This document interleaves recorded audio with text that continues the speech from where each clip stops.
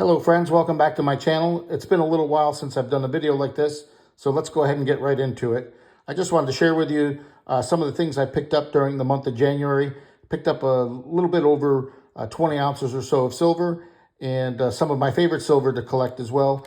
And then also wanted to share with you some of the things I do to add value to my stack when I do pick up silver. As you may know, I'm in the state of Florida, and in Florida, we do not have sales tax on U.S. denominational coin and currency. So as a choice, I like to stack constitutional whenever I can, and Silver Eagles as well. That's denominational silver. And as a result, I avoid sales tax.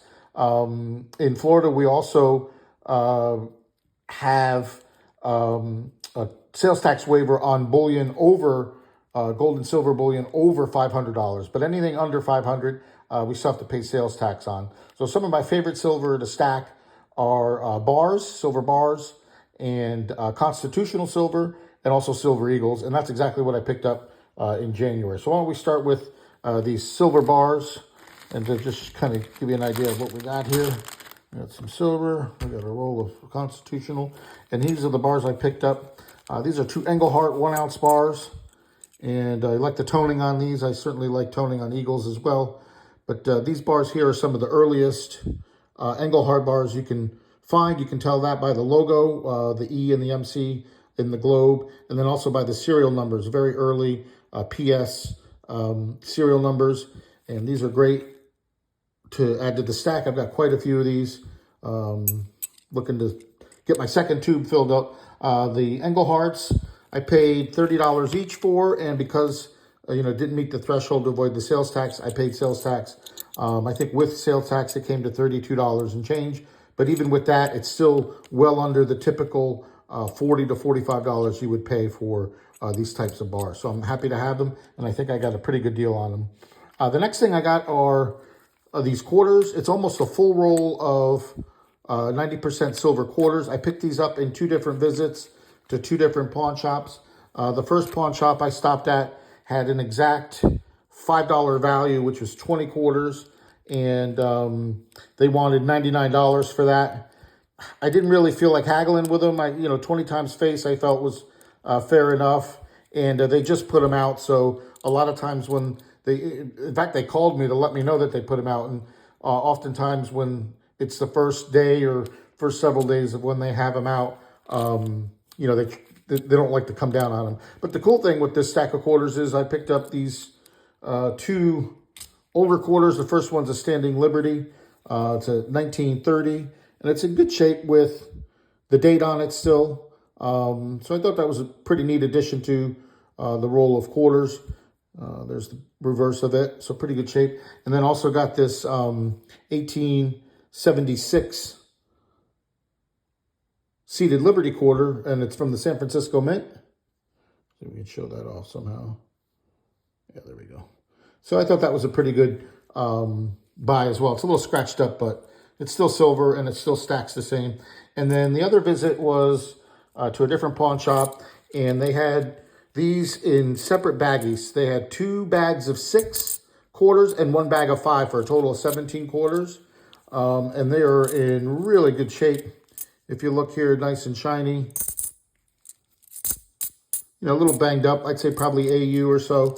But at any rate, they were asking $25 a baggie. So 25 for 6, 25 for 6, and 25 for 5.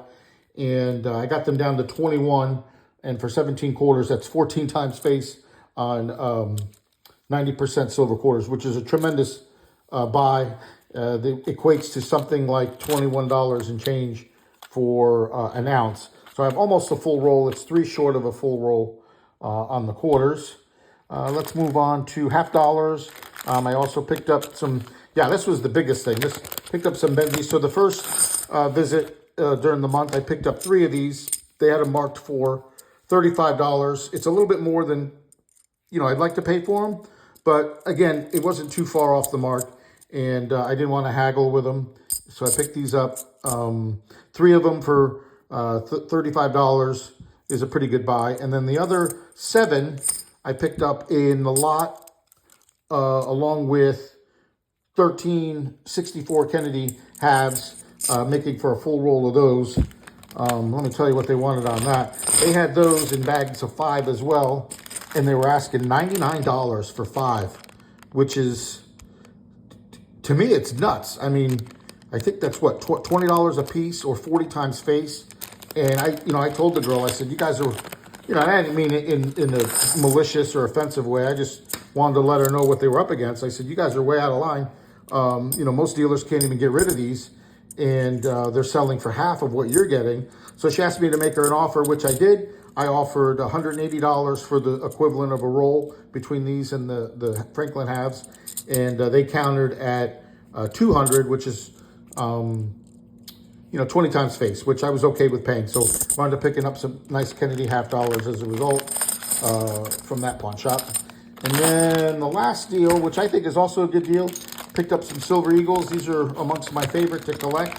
I just love that sound. You hear that? Of the Silver Eagles. I picked up 3 Silver Eagles. They had them marked for $40 each. And what do we got? A 2013, a 20, or is this the right one? No, this is a 2007, 2013, and 2012. And they were asking $40 each on these.